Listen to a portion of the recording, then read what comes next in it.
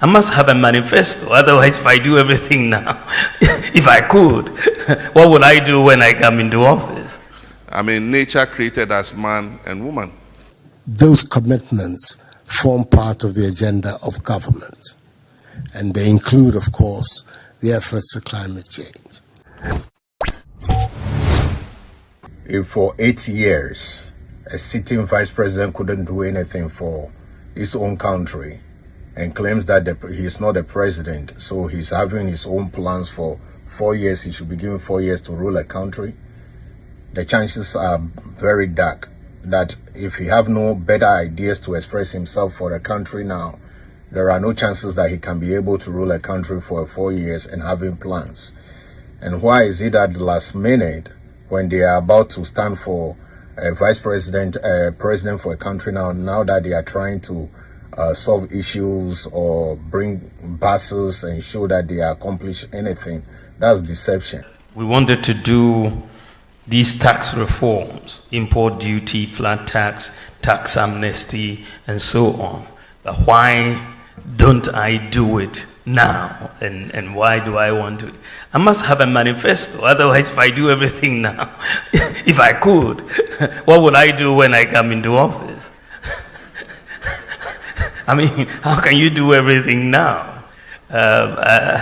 Even President Mahama, former president, who was president, I'm only vice president, but he was president. Why didn't he do everything then? The budget that has gone to Parliament, which has been passed, is not my budget. Is it my budget? It's not my budget.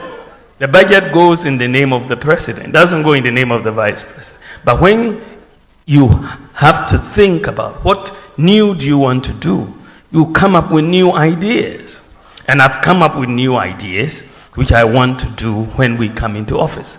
Everyone who is running for office, whether you are Kamala Harris or you are Bawumia, you still have to think about what you have to do. And Ghanaians do not forget that the so-called vice president, Kamala Harris, was in Africa and Ghana, of that matter, trying to introduce same-sex marriage in the country.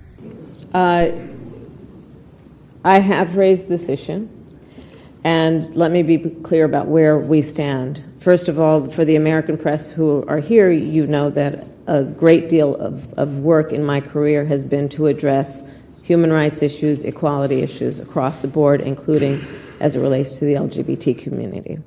And I feel very strongly about the importance of supporting the freedom and supporting and fighting for equality among all people, and that all people be treated equally.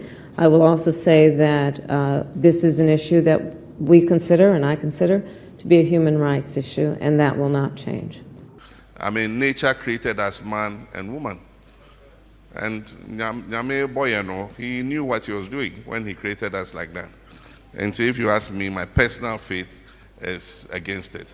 So these are the things that are disturbing the Western world. So don't support any leader at all, for that matter, that supports all this global warming. The earth is the Lord's and the fullness thereof, the world and all that dwell therein. So every climate issues belongs to God. It's just by prayer and supplications. It is God that controls the weather, not man. You know, they are manipulating the weather and they are saying it's global warming. They are stopping farmers from farming and they are telling you there is hunger or hot not everywhere. These are the things that they are disturbing the world of. Okay, you find all these in their meetings in World Economic Forum. So don't support any leader that supports this agenda. And the most fundamental thing that we have done is to fuse the 17 SDGs, including their teachings on climate change, on the preservation of our ocean, into our national budget. For 2 years running, our national budgets have reflected our commitment to the implementation of the SDGs. So all through the governmental system, right from the local to the national level, those commitments form part of the agenda of government. And they include, of course, the efforts to climate change. We have also taken on a big task of reforestation, The deforestation that has taken place over the years past, of course, has led to great problems with the climate. And we have also instituted a vigorous program of combating illegal mining in the country so that we can have responsible mining in Ghana, which once again would have a very big impact on our climate development. But it's a matter of concern, and like these critical issues, a great deal of it also has to do with what we need to do about education to make sure that people are aware of the consequences of their actions on the climate. So I believe John Mahama is the rightful person or president for Ghana for another 4 years.